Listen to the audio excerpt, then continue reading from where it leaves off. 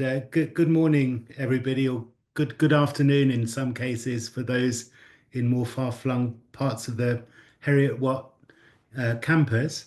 First of all, thank you very much, Martha and colleagues, for a kind invitation to talk to you today about this very important topic of how one deals with increasing diversity in the higher education classroom.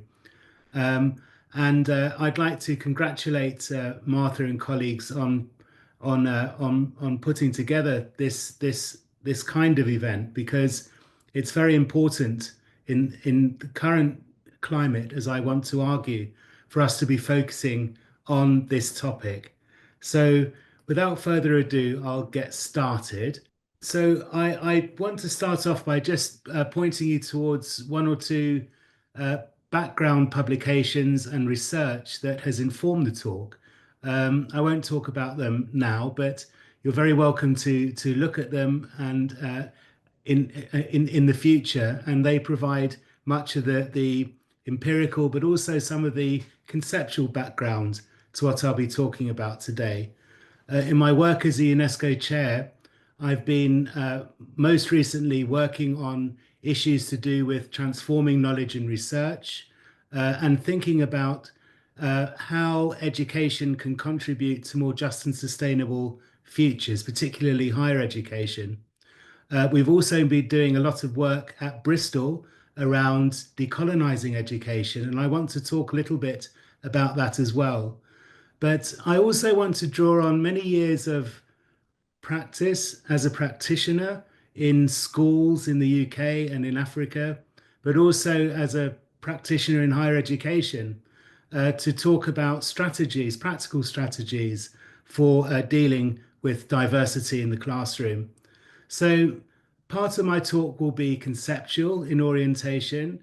Particularly in the first part, I'll be drawing on ideas to do with globalization and education. But then in the second part, I will try to drill down and ask the question that I think most of us have in our minds as practitioners of, well, that's all very well and good, but what does it mean in practice? So I'll get started then by just reflecting on what I'm going to discuss, how I'm going to talk about diversity today. And of course, you know, as higher education practitioners, we're aware of increasing diversity in our classrooms. And some of this is to do with increasing proportions of people from different ethnic backgrounds and different linguistic backgrounds. But also it's to do with, of course, issues to do with gender, with sexual orientation, with disability, and of course with social class, along with other markers of diversity. And of course, all of these kinds of diversity, I wish to suggest, are also linked to forms of inequality and to power inequality. It's very difficult to understand issues to do with ethnicity, race, and language, for example, without considering the effects of racism in society and globally. And so I will be talking a little bit about that as part of the context for today's conversation. So, although I will be focusing on ethnicity, race, and language as the main markers of diversity, the main aspects of diversity that I want to discuss today, we know, of course, from our own professional experiences, but also in many cases from our own personal experiences, how issues of ethnicity, race, and language intersect with other aspects of diversity and inequality, be those to do with gender or sexual orientation, disability, or social class. So we'll be referring to some other forms of inequality and diversity during the talk. Okay, so just in terms of a surface actuality, if you like, in terms of just the statistics, um, we know that in the UK context, there's been an increase in the proportion of learners in higher education from Black, Asian, and minority ethnic backgrounds. And by 2019-20, this proportion had risen to nearly 25%. We know that the entrance rates um, have increased over time. That we're seeing increasing numbers of people from diverse ethnic backgrounds. That's from the UK domiciled population.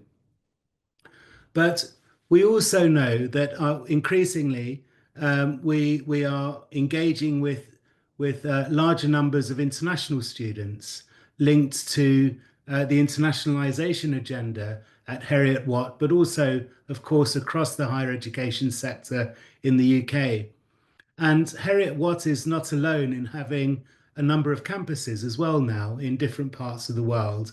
This is very significant. And I realize today that, and I'm very pleased to welcome colleagues uh, from, uh, from the different campuses, Heriot-Watt campuses around the world. Um, but of course, this also poses, it brings into sharp focus some of the issues around diversity because teaching and learning no longer just takes place in a UK campus, but across a number of campuses with different cultural makeups. So all in all, I want to suggest that we are seeing an increase in ethnic, racial, and linguistic diversity across our campuses. Heriot-Watt is no exception in that regard. And this poses, on the one hand, some challenges because, of course, there are issues involved with that I will talk about. But it also provides important opportunities for us. And I want to suggest that Heriot-Watt, um, along with other universities, is in a very good position to take advantage and to capitalize on the enormous benefits that cultural and linguistic diversity can bring. Okay, so I want to argue or to suggest in this talk that it's really important to engage with positively with cultural diversity in our higher education classrooms for a number of reasons. We know from the literature the importance of engaging students from diverse backgrounds as a strategy to close the attainment gap that I will talk about a bit later. There is an attainment gap between learners from different ethnic groups, and engaging with students from more historically disadvantaged groups, engaging with their cultural backgrounds is an important way of closing that gap, of attending to that gap. But also, of course, we live in an increasingly global world, and in very troubled times, the idea of global citizenship based on an understanding of diversity becomes increasingly important. If higher education is to produce the leaders of tomorrow, the people that can make a difference, that can try and realize more just and sustainable futures, then understanding of diversity is a key ingredient for that. Um, but also, there are underlying issues I want to suggest to do with social, epistemic, and environmental justice. And I see these as linked. And the material that I showed you at the beginning, uh, our more recent writing and scholarship in this field has really focused on the important links between these different kinds of injustice. So, racial inequality is an example of a social inequality, a social injustice, along with gender and class and disability.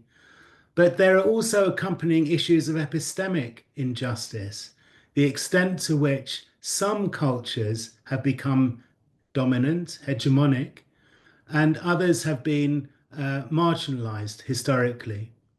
And this in itself, this hierarchy of what is valued in terms of knowledge and language is itself an injustice.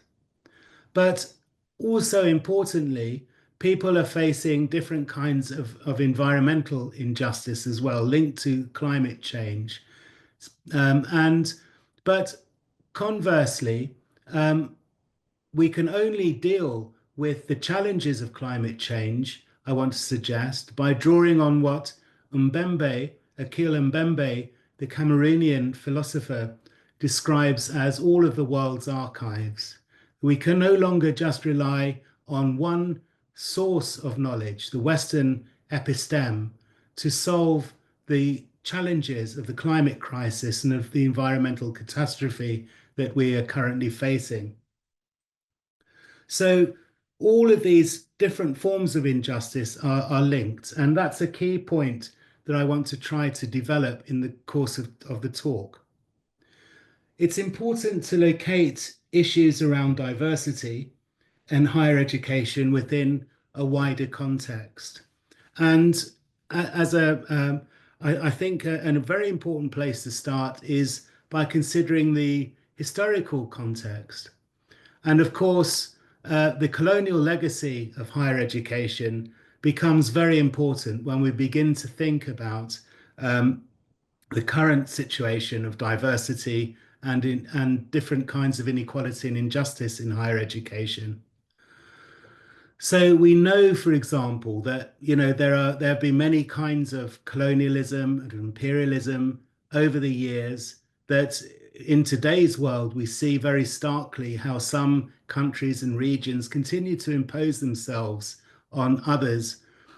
And but of course, a key event in the development of the current world order, but also of what we understand by higher education, has been the spread of European colonialism since the 15th century. And of course, higher education was crucial, both in terms of preparing, part of the was crucial not only in supporting the colonial project, in terms of providing the personnel that could serve the colonial project, but was also crucial in spreading a particular episteme, the Western episteme, across the world. So to make it almost normal that the way that we think of valid knowledge is synonymous with the disciplines as they've developed during the European Renaissance from the 14th to the 17th century, and particularly the European Enlightenment and the development of science, modern science, as we think of it today. But of course, we know that that the disciplines owed a great debt to other civilizations, whether it's in mathematics or astronomy or in navigation or in the social sciences, in philosophy. There is an enormous debt that's owed to other civilizations that often is elided. So we've seen also through the development, the spread of mass higher education, how other cultures, indigenous cultures and languages, have been erased, have been omitted from curricula.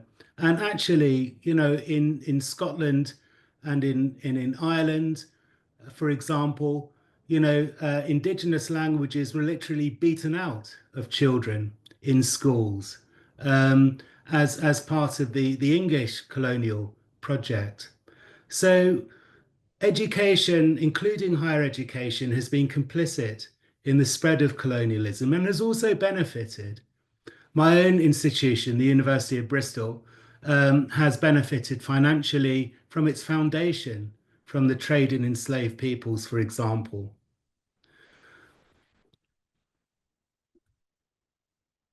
But I also want to refer to the current global context because this is important for understanding the phenomenon of mass migration.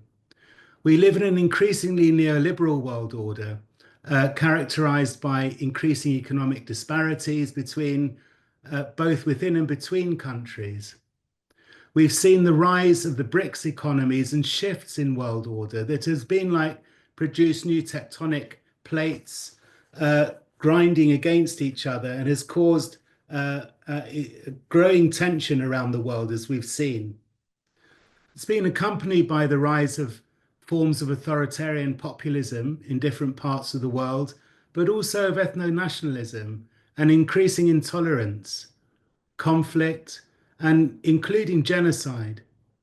And we've also seen within that a crisis of Western modernity, an extent to which the institutions, the liberal institutions of global governance have been called into question. And we've seen, of course, the rise of misinformation through social media, some of which has fueled racism, xenophobia, and intolerance. We've seen underlying all of these other issues, the existential threat of global warming. And this has impacted disproportionately on people of colour. It's often people in the low income world that are most at risk of global warming and the challenges posed by pollution and the effects of extractivist industries that have polluted land, sea, and air. So, what we've seen as a consequence of these factors has been unprecedented mass migration. We've also seen, sadly, an increase in xenophobia and racism in different parts of the world. My own background in South Africa, we've seen xenophobia, an increase in xenophobia there too, in the Rainbow Nation. We've seen it all over the world. We've also seen the ongoing struggles of racialized and minoritized groups for racial and epistemic justice. And this shouldn't be elided. This is important, that people continue to struggle for their rights, whether they're indigenous groups or other minoritized and racialized groups. And this is reflected in education too. In the national level, we've seen, of course, an increase in migration, but also that's been in the context of neoliberalism and austerity, which has fueled popular racism.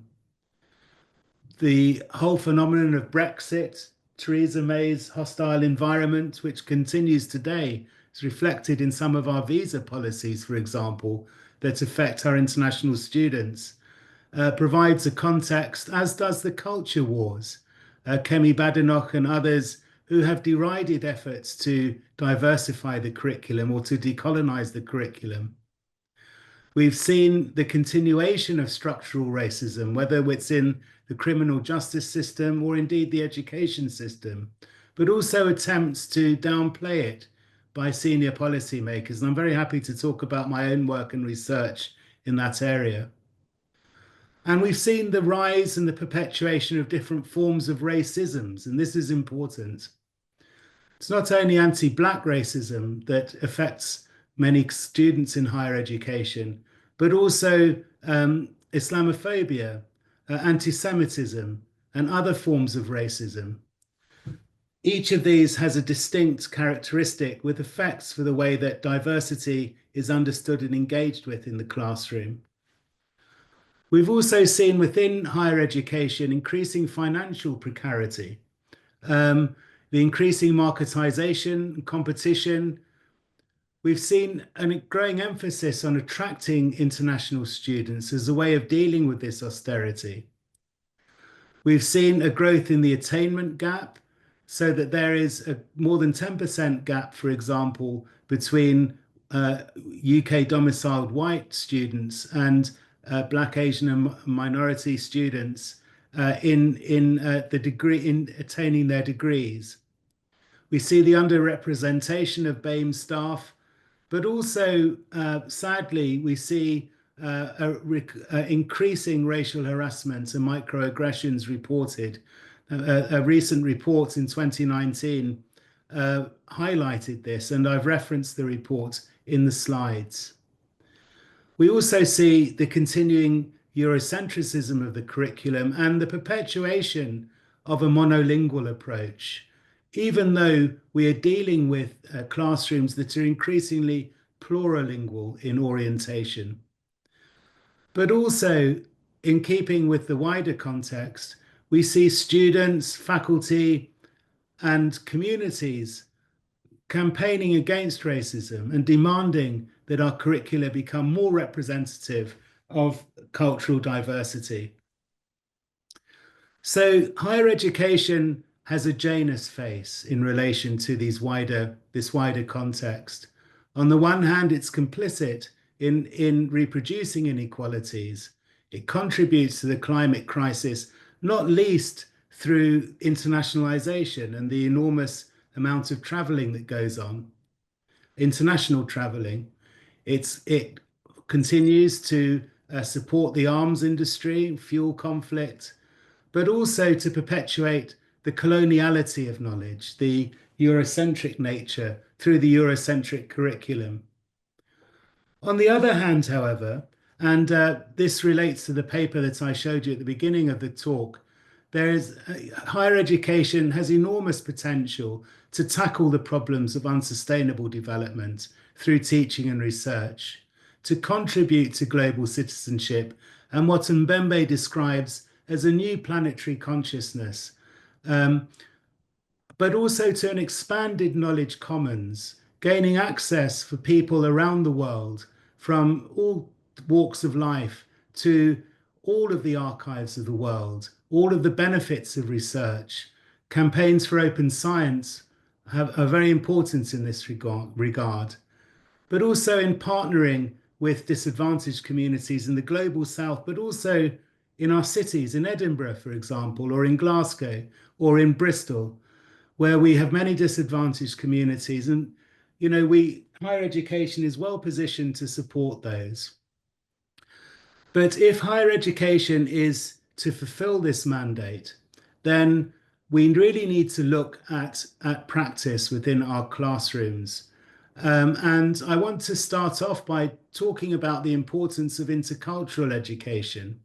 And I've included some references here in the text, and I'm sure there are many people listening today who have tremendous experience of this. But if we're to create global citizens, people who are able to understand the problems of unsustainable development and who have the leadership and the skills, the intercultural understanding to contribute to more sustainable futures, there are things that we can do and that people are doing, and we should take inspiration from this.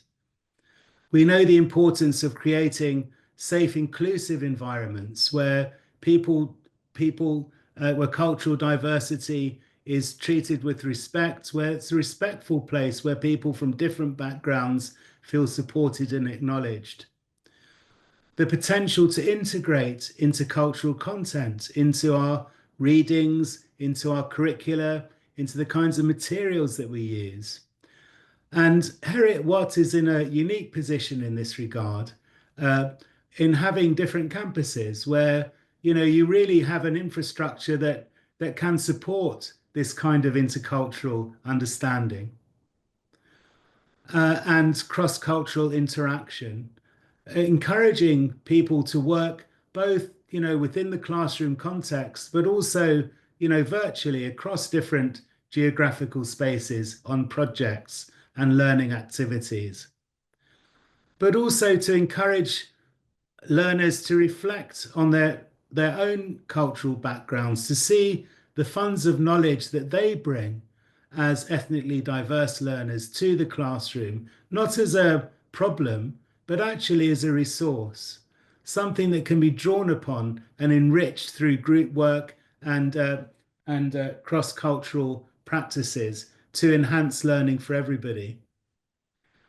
But experiential learning as well, providing opportunities for people to visit and to take part in field trips, to get involved. And of course, in the US, they have a much stronger idea of service within higher education. And this, I think, is something that I think we can also think about in the UK context, how we can encourage our students through their projects, their research, to support local communities in what they're trying to do to achieve more sustainable futures. But also providing the language to talk about culture and difference. And I think many of us, struggle with this. It's not something that necessarily we're taught about. But of course, how do you talk about difference in a way that is meaningful and respectful, in a way that helps dialogue rather than hinders it? So closely related to that are issues to do with linguistic diversity. And, as I mentioned, we tend to live in a higher education environment where, English is the master.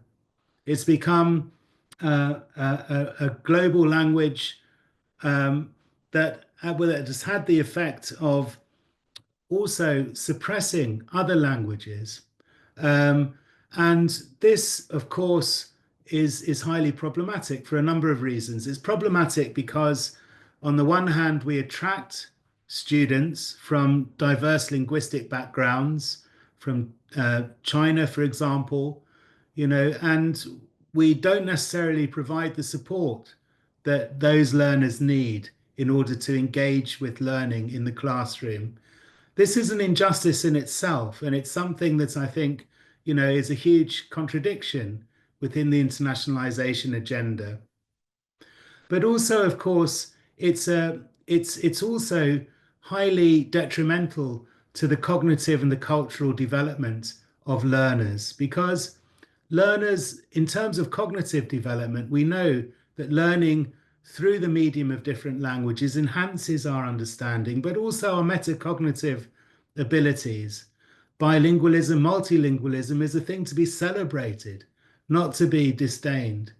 And if there are ways that we can support that, support multilingualism, then we should take those with grasp them with both hands, create opportunities for students to share their native languages and cultural contexts, celebrate things like UNESCO International Mother Language Day, to see multilingualism as a resource and something that's beneficial, to use art materials in different languages. We have the technological ability now to make translation a relatively easy and straightforward thing for our learners. There are many ways that we can share, and in fact, some of our learners, including our Chinese students in Bristol, for example, are way ahead of the curve in using technology to translate. We should use that as that understanding as a resource. Um, but so I think, promoting pairing students for language exchanges is also great. Can talk about concepts in different languages, encourage students in the classroom to explore concepts, understandings in different languages, and as well as to talk in a lingua franca in English. Um, Okay, but I'm a little bit conscious of time. I think Martha will be waving at me very shortly, so I'll try and round up now, Martha, in the next 5 minutes. But I did want to just also underline the importance as well of of using our position as educators to begin to tackle some of the racial and epistemic injustices that I referred to earlier that have deep roots in the colonial legacy. And at Bristol, we have a decolonial collective. We've just published a book, actually. It's just about to be published, recounting our experiences. And, the idea of decolonizing the curriculum is really about drawing attention to the dominance of Western forms of knowledge and how that has come about, not by accident, but through colonialism, but also how it's been implicated in perpetuating inequalities. The importance of diversifying our knowledge and perspectives, not just as a means to enhance intercultural understanding, but also as an act of justice in itself. Different groups deserve to have their knowledge systems and languages recognized, legitimized, acknowledged within the curriculum. And colleagues, this is not an argument for relativism. It's not an argument to say that all knowledge systems are equally relevant or applicable in different circumstances. It's to say that actually the kinds of problems we're dealing with in the world, whether those be climate change or the problems of fighting inequality, uh, racial, class, gender injustice, whether it's about the fight against poverty, or whatever it might be, creating more habitable places for people to live. All of these things are enhanced if we're able to draw on the all of the archives of the world, insights from different knowledge systems, some of which are more relevant in different contexts for tackling different kinds of problems.